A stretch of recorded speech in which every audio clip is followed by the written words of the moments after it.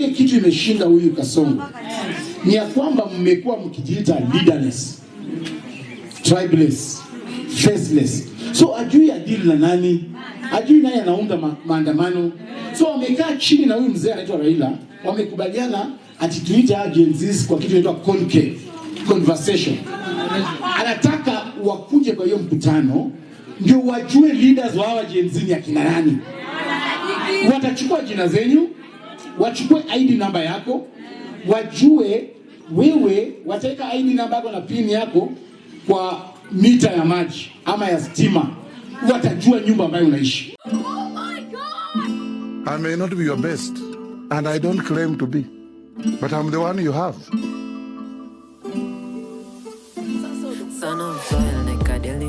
So whatever Malala is saying might be propaganda, but there is some truth to it, because you can't just leave your contact to a government that has been accused and has been guilty of abducting citizens over and over and over. And if we seek like the case of Ojwang, he was unalived after being abducted. So it's very risky to give them your full contact. So whatever he's saying is true, and that people should tread with caution while you are dealing with this government. Gen Zs, nataka munisikie na sio mzaa. Nimesikia SG, nataka usikie kidogo. Nimesikia Major Dong akisema kitu moja hapa ambaye ni sawa, kwamba mlienda State House. Kidogo tunataka msikie kwamba mlienda State House, mwende mkiitiwa pesa mwende mkule, hiyo ni sawa. Lakini nataka kuwapatia siri fulani. Sababu mimi nimekuwa Secretary General kwa huyu Kasongo. Ninajua siri zake zote. So nikiongea nisikie. Gen Zs, ile kitu imeshinda huyu Kasongo ni ya kwamba mmekuwa mkijiita leaderless, tribeless, faceless. So ajui adili na nani, ajui nani anaunda maandamano. So wamekaa chini na huyu mzee anaitwa Raila, wamekubaliana ati tuite agencies kwa kitu inaitwa conclave conversation. Anataka wakuje kwa hiyo mkutano ndio wajue leaders wa hawa agencies ni akina nani. Watachukua jina zenyu, wachukue ID namba yako, wajue wewe, wataweka ID namba yako na pin yako kwa mita ya maji ama ya stima, watajua nyumba ambayo unaishi. I can assure you, they want to profile Gen Z leaders. Hii maneno ya kwenda State House, ukienda huko peana jina fake, because they want to profile. Na kama ni pesa, pewa pesa cash, usiwekewe pesa kwa M-Pesa. Sababu kama uko na pesa, nataka kuuliza swali moja. Nataka kuuliza, na mimi nikiongea mnisikie. Haitawasaidia. Nyinyi mnaona hao jamaa wanafanya hizi empowerment programs kule nje wakipeana pesa. Mnaona wanabebanga pesa cash. Mbona hii ya kwenda State House unapewa simu? They want to profile you. Namba zenyu ndio natafuta. Namba zenyu ndio zinalipa tokens za stima. Namba zenyu ndio zinalipa maji. Sio mzaa. They are profiling people. So mnaenda kule, wametandika hapo mapikipiki. Nani alitoka kwa pikipiki? Nani alitoka kwa dryer yote? So in case whatever he's saying is true, the profiling might be used in a positive or in a negative way.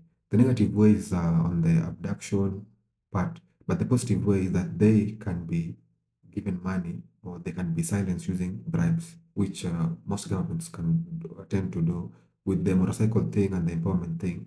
They're just a legal way to give people bribes.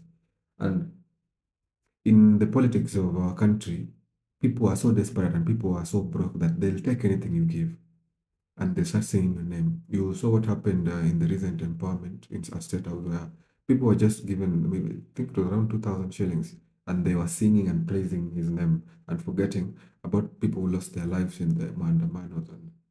And one thing that I respect our president for is that he's a very creative and a strategic guy.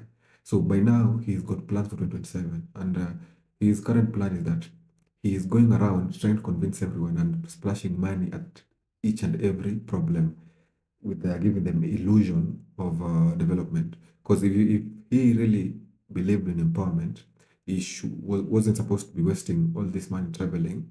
He should be working in Nairobi and delegating those duties. That's why there are PSS.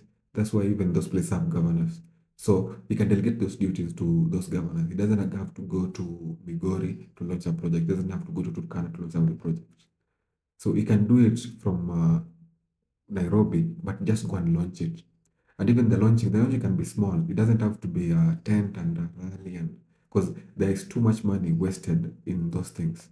And back to the conclave thing, people are going to discuss what next for the country, but it's obvious what people want. People want affordable food. People want taxes to be reduced. Like the things people want are very, very obvious. People want to feel safe with police around them. People want a free and fair election in 2027. And most of those things that people want, they know, but they're not willing to give them. So what are people really going to discuss over there? Because the president have been told these things over and over and over again. If he wants to know how people feel and what people want, all he has to do is buy bundles and go to the internet. It's all on the internet what people want. So I don't think any sitting or meeting will help improve anything. Because even if you want to complain about things happening at the grassroots level, the governor is in a higher or a better position to solve them. The president solves things at a national level, and those things at a national level, he already knows what people are complaining about. So I wonder what the meeting is for if what people want is so obvious. And he's been told that those things over and over and over again. I remember back then after the 2024 Mandamano, he came on Twitter and people told him what they wanted. People wanted all those ministers to be reinstated, but he fired some and brought some back. People like Murkomen are not supposed to get back there. People like Duale are not supposed to get back there. So what makes you wonder is that what does Murkomen have on Ruto that he can't fire? What does D.I.G. Lagat have on Ruto that he can't fire him? What does Duale have on him that he can't fire him? Those are the bigger questions, because those are the people who are rioting and boycotting for. In the recent one, the Ojuang one, people went to the street to say, no, no more, we don't want D.I.G. Lagat, but he's still in office. So if people can go to the street, cause chaos, and you don't listen, and what of people just sit and tell you what they want? Will you really listen? So what's the end game? Is it just a waste of money to profile people and know whom you can punish and whom you can bribe? That becomes the bigger question.